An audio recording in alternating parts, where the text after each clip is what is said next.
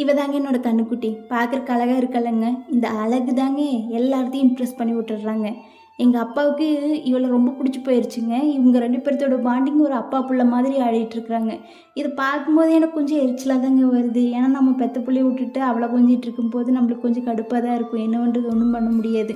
அதனாலேயே 2 பேர்த்துக்கு சண்டை வந்துட்டே இருக்குங்க. ஆனா இன்னைக்கு ஒரு எக்ஸ்ட்ரீம் லெவலுக்கெல்லாம் போயிட்டாங்க. இந்த பாசமலை எப்படி நான் கட்டுப்படுத்துறது அப்படின்னெல்லாம் தெரியவே இல்லைங்க. நம்ம ஆட்டுக்காட்டுக்கு எதுக்குங்க போவோம்? மாடு மேய்க்கிறதுக்கு அங்கே புல் இருக்குது, அது சாப்பிட்றதுக்கு கூட்டிகிட்டு போவாங்க. இவளையும் கூட்டிகிட்டு போனாங்க. ஆனால் இன்றைக்கி பண்ண அட்டகாசம் வேறு லெவலுங்க.